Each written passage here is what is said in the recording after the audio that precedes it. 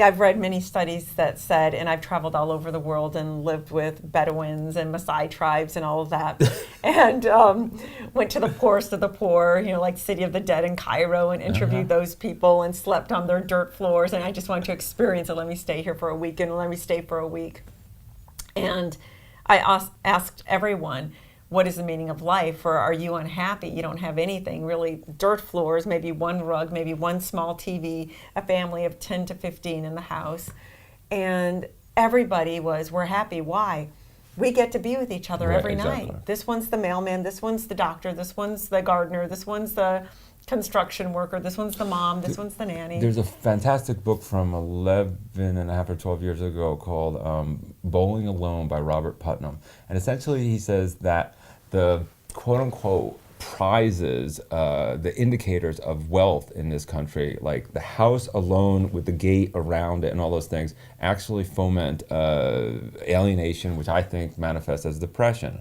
Because the way people interact is all on ego-based power hierarchies, and that's really, it's weird. It's very weird. And David Brooks wrote a book about that, about the Bohemian bourgeois. And it's when I watch people have conversations and they say things, this is off the top of my head because it's just Christmas, and I saw something like, this is on Huffington Post, like some big model in St. Bart's, and everybody, like, there's a certain group of people like Steve Martin and Bruce Springsteen, and they go to St. Bart's for Christmas. And then if you are kind of in that crowd, like, then you'll go to like Antigua or something, and you'll be, because it's like there's always this like one-upmanship, which is insane. You should just be like, no, I want to hang out with my friends. I don't have to prove something on my freaking vacation. Yes. Absolutely, yes. It's true. And I talked to some of my very wealthy colleagues and friends, and someone who makes $30 million a year. I said, isn't that enough? You're working so hard every day. And he said, no, same thing you're saying, because this colleague is making this. He goes, you don't understand. He goes, when you make this much money, which I've never made that much money, he goes, it's like you're going to the edge, and you look out at what's out there, and then you go, oh, there's another ledge to jump. And you've got to go to that It's hurdle. called the hedonic treadmill. And Sonia Lyubomirsky in her books on happiness writes about this all the time. So in my seminars, what I always say is, the way it functions is, you save up, and you buy a Bentley, and you're driving off the lot, and you're so happy. Happiness on any material possessions lasts like 6 to 18 months. New job, 6 to 18 months. Marriage, anything new, it's like 18 months. It's kind of like the tipping point where you're just like, it's just now assimilated as normal, right? Yeah. So you're driving off the lot in your Bentley. Someone goes by in a Lamborghini. You go, fudge! Like, I'll be happy when I get the Lamborghini. So you save up and you buy the Lamborghini, or your fleet of cars. Right. But it doesn't matter. But Yes. There's a beautiful TED talk by Ted Hanauer who says that the problem with our society is that the wealthy people actually don't create jobs. So it is all this like definition of self through financial indicators, which is really stupid and bizarre too. And if it is stupid and bizarre, why are we all obsessed with it as a whole? Well, it's just a game, and it's just, we're very, very misguided. We're as kids. As a kid. Well, it's funny. I think it's a lot of popular culture. You walk by the kiosks, or you see things, and you're like, oh, what? Britney Spears, she looks happy, like she's worth whatever, and you emulate these people, and then until they crash and burn, and because you realize when you hang out with these people. But even when they crash and burn, people go, wow, that's so cool and hip. The young kids are following that Justin too. Bieber. Yeah, and it's like, oh, that's cool. And there's something about that too. Marilyn Monroe, many people said, I want to die like Marilyn Monroe, actors, because she died when she was young and still beautiful. And they romanticize her melancholy and her I had a really weird thought last week. Maybe you can give me some insights into this. So in 1982, when Sunday Bloody Sunday by U2 live at Red Rocks came out, Bono was at the at the stage, and he's holding this flag up, and he's saying like, "No more war," and he's screaming, and it's like and literally, I just get shivers. It's now 33 years later, and it was just like the most transformative, like that you could be in front of these people, and then it's on television. You're doing all these things, and now reading that he's worth $900 million.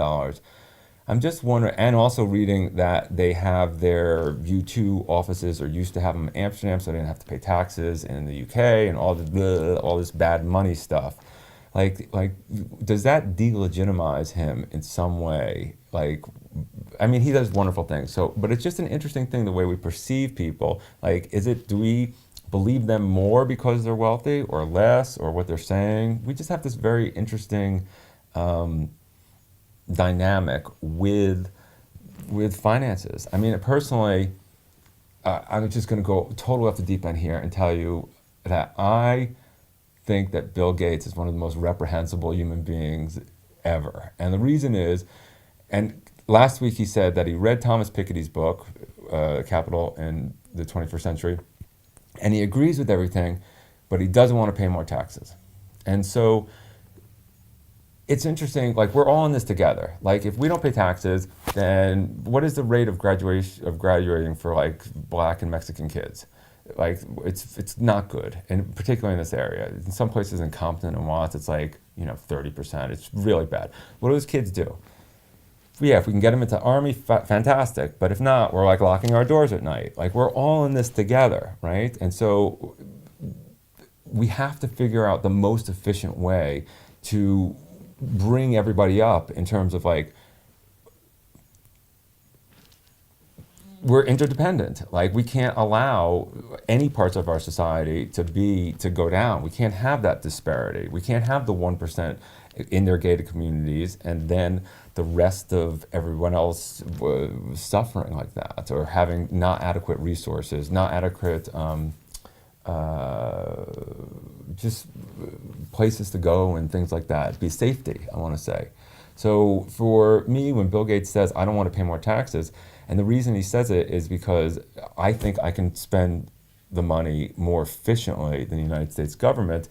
The founders of this country knew that people would distrust government, so they put that the term limit in place: 2 years, 4 years, 6 years. So you can just vote. If you don't like somebody, just be patient. But we think the best way to retaliate, for lack of a better word, against our government is what's called starve the beast. The schools suck, so you know what I'm going to do? I'm going to cheat on my taxes to teach them a lesson, so that those teachers who make $35,000 a year get fired. And it's totally nonsensical in our head. Look at Silicon Valley, billions of dollars thrown at it. What comes out of it? The greatest inventions ever. School system, everyone's just like, no, the school system sucks. Let's just stop giving it money. No one's saying flood the school system with money, right? So it's very interesting, because there's a lot of really smart people out there who have a lot of incredible solutions to problems, but there's so much ego that we can't all find a way to work together. And that's looking at our society now and all the problems in it. That's what I find most astonishing, that people don't call each other up and say, hey, how do we make this a win-win situation? I get enough money, like I just want to, I want to help people. And as I wrote last week in the Huffington Post, I think it's fantastic that Tony Robbins feeds 50 million people, because of whatever reasons. But the old adage, it's attributed to many people: give a man a fish, he eats for a day; teach him how to fish, he eats for a lifetime. Like, wouldn't it be better, whatever money was spent on those 50 million, to build schools or teach these people how to, be members of society or do whatever they have to do? Yeah, that's a lot. So.